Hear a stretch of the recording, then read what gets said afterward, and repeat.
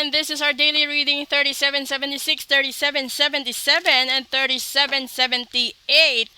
At this is 1111. So sa lahat ng gusto magpa-reading, magpa-ritual, message na po kayo para alam niyo kung anong mangyayari, di ba? Kung ano at kung anong meron sa buhay-buhay ngayon. Book a full private reading. Isa ito sa pinakamagandang araw para maisiwalat ang lahat-lahat na pwedeng mangyari sa inyo. Okay? So, kukuha tayo dito ng isa. This is play. Pangalawa, messenger. And pangatlo, nobility. Okay? Ngayon, para yata itong nagkakaroon ng ang daming messages ni universe para sa inyo. Dahil, yung una niyang mensahe is dolphin. No? Ibig sabihin, maglaro ka sa napakaraming problema sa buhay mo. Up and down ito. No? Tapos, merong mensahe si universe sa inyo. At yung huli dito is pagiging mapagkumbaba or makatao sa kapwa. Kung titignan natin dito, no? Pinapahiwatig ng panahon, ng universe at ni God na kung marunong ka sumabay sa agos ng buhay, no? Yung alam mo kung paano, yung tanggap mo yung problema mo, tanggap mo kung ano yung nangyayari. 'Di ba? Kasi may mga tao na hindi nila tanggap yung sarili nilang pagkakamali at pagkukulang.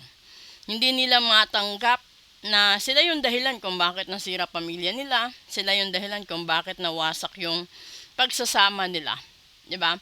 Or nawalan sila ng trabaho, sila yung dahilan kung bakit nilayuan sila ng lahat. Yung mensahe dito ng mga espiritu is, sinasabi niya, buksan mo, palawakin mo ang pag-iisip mo at pagtanggap mo. You have to set your priorities and eliminate distractions. Ganun dapat. Para matanggap mo yung mga powerful energies and forces para matanggap yung mga accomplishments. Kasi wala naman sigurong nagtatagumpay na tao na hindi marunong magpasalamat.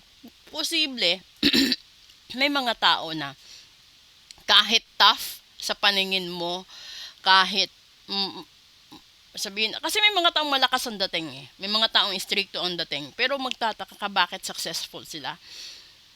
Kasi yun eh, yung nahubog na sila sa dami ng pinagdaanan nila sa buhay. Hindi lang specific sa relasyon, kundi yung pakikitungo sa mga kaibigan nila dati, yung mga katrabaho nila, empleyado nila, no? Lahat yun factors kung bakit ang isang tao nahuhubog sa ganyan. Kung ano man siya sa ngayon, kung ano man yung tao ngayon, wag ka agad mag-judge. Kasi siguro bago yan naging, sabihin natin, kasi common sinasabi ng tao, nagiging bato, nagiging matigas ang puso, nagiging clever ito, 'di ba? Bago siya naging ganyan, dumaan yan sa mga panahon na malambot, mapagbigay, maawain, siguro over, no? Lahat. Pero nung na-realize siguro niya na hindi siya minamahal or hindi siya pinapahalagahan, nasasayang lahat ng effort niya, doon siya unti-unti, no, nagmo-move on sa sarili niya na hindi pala effective yung ginagawa niya. Kaya yung ginagawa ng iba, they distance themselves from other people para mag-gain nila yung respect, mag-gain nila yung love, at mag-gain nila yung mga pangarap nila sa buhay. Kasi kung ikaw yung tipo ng tao, nabigay ka lang ng bigay, 'di ba? Alam mo na marami ka ring unos sa buhay mo. Alam mo na marami ding mga bagay na ipinapahiwatig yung mga espiritu, yung mga energies, yung mga vibrations sa'yo. Pero binabaliwala mo. Dahil dito sa pagiging mapagkumbaba mo, matulungin mo, mapagmahal mo.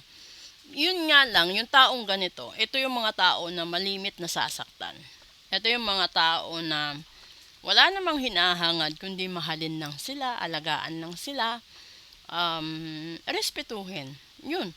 So kasi wala naman yatang nagmamahal or wala naman yatang makikipagrelasyon para pangarapin na bugbugin siya, saktan siya, lokohin siya, 'di ba?